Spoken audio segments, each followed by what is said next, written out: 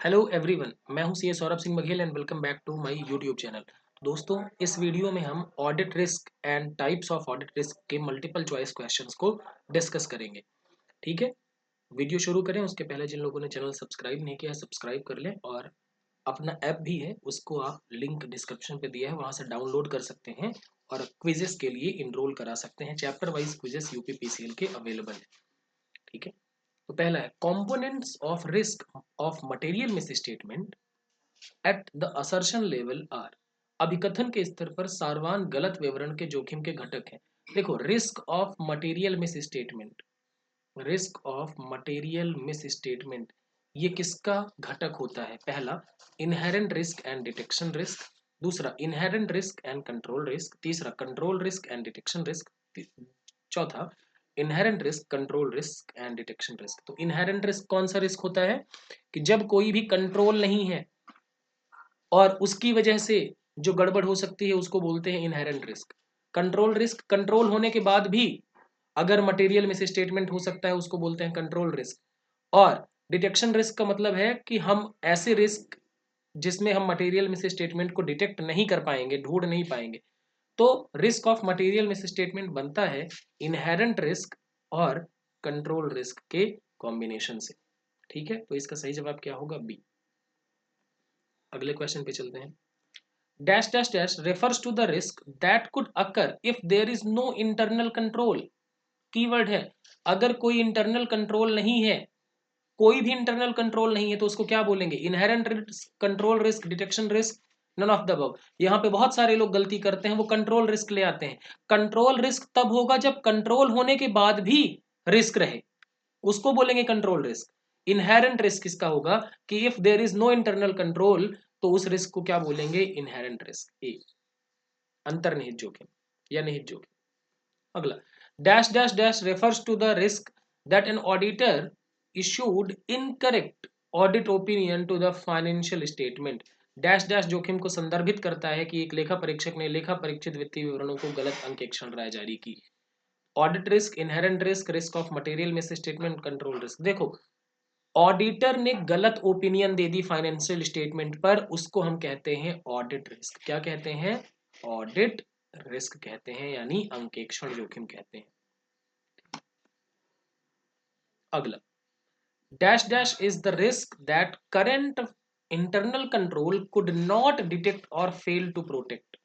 Dash dash वह जोखिम है जिसका वर्तमान आंतरिक नियंत्रण पता नहीं लगा सका या सुरक्षा करने में विफल रहा। देखो, इंटरनल कंट्रोल जिसको डिटेक्ट नहीं कर पाएगा या जिसको फेल हो जाएगा प्रोटेक्ट करने में, उस रिस्क को कहते हैं क्या? उस रिस्क को हम कहते हैं कंट्रोल रिस्क। मतलब जहां कंट्रोल फेल हो जाए। देखो, जहां कंट्रोल है ही नहीं वो रिस्क होगा इनहेरेंट रिस्क, जहां कंट्रोल फेल हो गया वो है कंट्रोल रिस्क, और जो हम डिटेक्ट कर ही नहीं पाए वो है डिटेक्शन रिस्क। तो इसका सही जवाब क्या होगा? सी। Dash dash is the risk that auditor fails to detect the material misstatement in the financial statement। देखो, ये ऑडिटर फेल हो गया डिटेक्ट करने में, तो जब डिटेक्ट करने में फेल हो गया तो इस रिस्क को हम क्या बोलेंगे? Detection risk. ठीक है, अगला question, risk of material miss statement. बहुत इंपॉर्टेंट क्वेश्चन है ये, जो है बहुत सारे एग्जाम्स में पूछा गया। Risk of material misstatement equal to, risk of material misstatement equal to क्या होता है? Inherent risk multiplied by detection risk, inherent risk multiplied by control risk, control risk multiplied by detection risk, inherent, control और detection. तो देखो, risk of material misstatement दो चीजों से मिलकर बनता है, इनहेरेंट रिस्क और कंट्रोल रिस्क। मतलब इनहेरेंट रिस्क और कंट्रोल रिस्क मिलके बनाएंगे कि risk of material miss statement कितना है फाइनेंशियल स्टेटमेंट पे। मतलब इनहेरेंट रिस्क का मतलब तो आप समझ गए हैं कि क्या है? कंट्रोल नहीं है तब कितना रिस्क होने का चांस है, और कंट्रोल रिस्क मतलब कंट्रोल होगा तो भी ये फ्रॉड एंड एरर हो जाएंगे, उसका चांस कंट्रोल रिस्क है। मतलब यहाँ पर कंट्रोल फेल हो जाएगा वो कंट्रोल रिस्क, और जहां कंट्रोल है ही नहीं वो है इनहेरेंट रिस्क। अगले क्वेश्चन पे चलते हैं, ऑडिट रिस्क। अब ऑडिट रिस्क किससे मिलके बनता है? देखो, ऑडिट रिस्क मिलके बनता है risk of material miss statement multiplied by detection risk, यानी सारवान मिथ्या वर्णन का जोखिम गुणे खोज जोखिम। और risk of material misstatement दो चीजों से मिलके बनता है, इनहेरेंट रिस्क और कंट्रोल रिस्क। तो अगर मैं बोलूं audit risk equal to inherent risk multiplied by control risk multiplied by detection risk, तो ये बात सही हो जाएगी। हाँ जी हाँ, बिल्कुल सही हो जाएगी। तो पहला जवाब क्या होगा इसका सही। अगला, verification of all the traveling expenses of company by audit team addresses the following assertions related to income expense account। मतलब ट्रैवलिंग एक्सपेंसेस का वेरिफिकेशन में आप क्या चीज जो है एड्रेस करते हैं, वैल्यूएशन, कंप्लीटनेस, मेजरमेंट, एग्जिस्टेंस। ठीक है, तो आप जब ट्रैवलिंग एक्सपेंसेस का वेरिफिकेशन करते हैं तो आप देखते हैं कि क्या ये ट्रैवलिंग एक्सपेंसेस से रिलेटेड सारी चीजें ठीक से हैं कि नहीं, तो इसको बोलते हैं कंप्लीटनेस चेक करना। ठीक है, यानी पूर्णता देखते हैं, क्या ट्रैवलिंग एक्सपेंसेस प्रॉपरली ऑथोराइज किए गए थे, उनके बिल्स वाउचर वगैरह हैं कि नहीं, ये सारी चीजें आप देखते हैं। उसके बाद अगला, verifying whether employee benefit expenses of Bata Limited has been fairly allocated between operating expenses incurred in production activities and general expenses addresses the following assertions। देखो, जब आप क्या कर रहे हैं, एम्प्लॉय बेनिफिट एक्सपेंसेस को वेरीफाई कर रहे हैं, तो क्या देखेंगे आप, देखिए आप दो चीजें देखेंगे। क्या कह रहे हैं कि एम्प्लॉयज बेनिफिट एक्सपेंसेस को क्या किया गया है कि प्रोडक्शन एक्टिविटी और जनरल एक्सपेंसेस में अलग अलग किया गया है कि नहीं, तो ये देखा जाता है प्रेजेंटेशन और डिस्क्लोजर।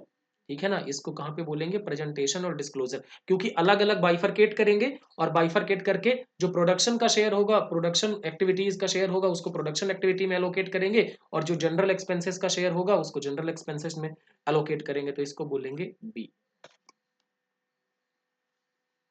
अगला question, how should the auditor verify the inventory held in custody with third party.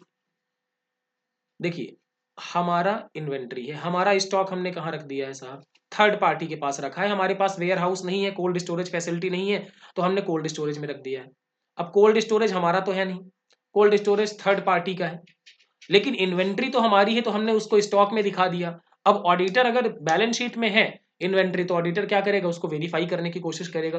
कैसे वेरीफाई करेगा, ऐसे 501 मैंडेट्स। अब ऐसे 501 है ऑडिट एविडेंस स्पेशल कंसीडरेशन, ठीक है, टू स्पेसिफिक मैटर्स, और 500 है ऑडिट एविडेंस का। तो mandates auditor to verify the same physically, hence management refusal will lead to disclaimer of opinion. देखो, पहला स्टेटमेंट गलत है, ठीक है ना, थर्ड पार्टी के पास है, तो वो थर्ड पार्टी की कंडीशन हो सकती है कि भैया हम फिजिकली वेरीफाई नहीं करने देंगे, हमारे यहाँ बहुत सारे इश्यूज चलते हैं। भाई बहुत सारे हो सकता है ना, कि अब मान लीजिए कोई मेडिसिन है, केमिकल है, उसको फिजिकली कैसे वेरीफाई करोगे। The auditor should perform other procedures like requesting confirmation from third party and inspecting documents like warehouse receipt to confirm the existence of inventory। बिल्कुल सही बात है, ऑडिटर तो पहले क्या करेगा, एक्सटर्नल कंफर्मेशन मांगेगा कि भैया कोल्ड स्टोरेज वालों से मांगेगा कि क्या हमारे क्लाइंट की इन्वेंट्री यहाँ पर रखी है, तो कोल्ड स्टोरेज वाले जवाब देंगे कि हाँ जी हाँ बिल्कुल रखी है। दूसरा क्या करेगा, भाई कंपनी से बोलेगा कि अच्छा तुमने यहाँ पे जमा किया है ना अपना गुड्स, तो चलो उसकी रसीद वगैरह दिखाओ, क्वांटिटी कितना है, कब जमा किया, कब तक रखोगे, ये सारी चीजें ऑडिटर चेक करेगा। तो ये बी हो जाएगा सही जवाब। अब सी पढ़ लेते हैं। The auditor should obtain written representation from management on the inventory held in custody with the third party. Management से रिटन रिप्रेजेंटेशन लेगा, लेकिन सिर्फ उसी पे भरोसा नहीं कर देगा, नहीं तो मैनेजमेंट तो कुछ भी लिख के दे देगा, तो ये करेगा नहीं। D, inventory of the client held with the third party is the outside scope of audit. ये कह रहे हैं कि ऑडिटर को वेरीफाई करने की जरूरत ही नहीं है, क्योंकि वो थर्ड पार्टी के पास है। ये तो पाप है भाई, थर्ड पार्टी के पास है तो क्या हुआ है, तो बैलेंस शीट में है, तो ऑडिटर का ये परम कर्तव्य है कि उसको ध्यान में रखे। ठीक है, तो इसका सही जवाब क्या होगा, लेखा परीक्षक अन्य प्रक्रियाओं को पालन करेगा, जैसे तीसरे पक्ष से पुष्टि का अनुरोध करेगा और इन्वेंट्री के अस्तित्व को पुष्ट करने के लिए वेयर हाउस रसीद जैसे दस्तावेजों को इंस्पेक्ट करेगा। ठीक है, तो ये रहा आपके 8 से 10 क्वेश्चन हमने डिस्कस किए।